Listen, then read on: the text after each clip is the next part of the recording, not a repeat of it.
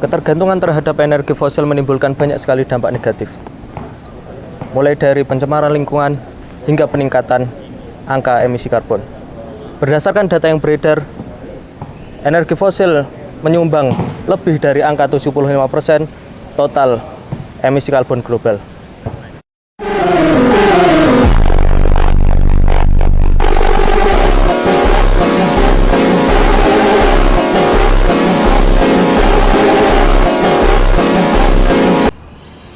Sudah saatnya masyarakat sadar akan dampak negatif yang diberikan oleh energi fosil dan beralih ke energi yang terbarukan dan lebih ramah lingkungan.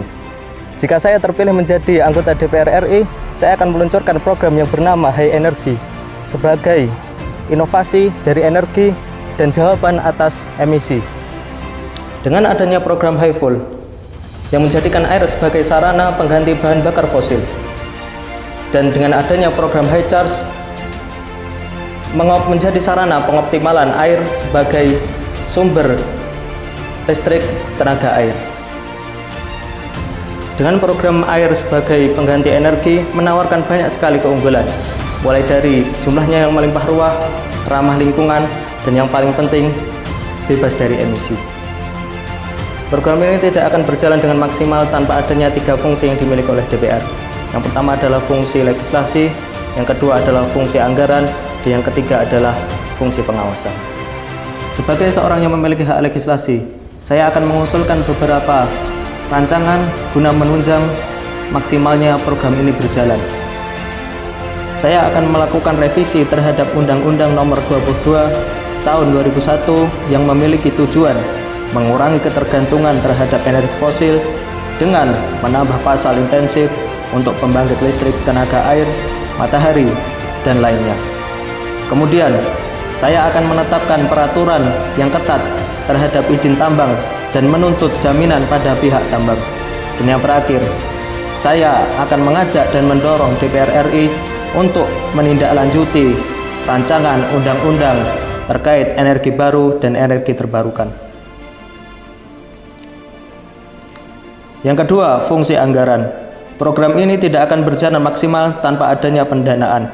Oleh karena itu, saya akan bekerja sama dengan Kementerian Keuangan dan Kemendikbudristek guna mengalokasikan dana untuk pendanaan riset dan pengadaan pembangkit listrik, pengadaan high fuel stationary, bahkan di tempat terpencil.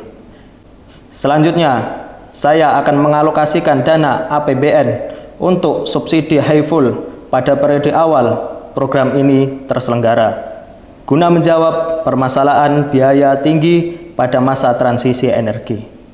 Dan yang terakhir, pengadaan transportasi umum bertenaga listrik yang berasal dari high charge dan transportasi umum bertenaga high fuel dengan tujuan pengurangan angka emisi.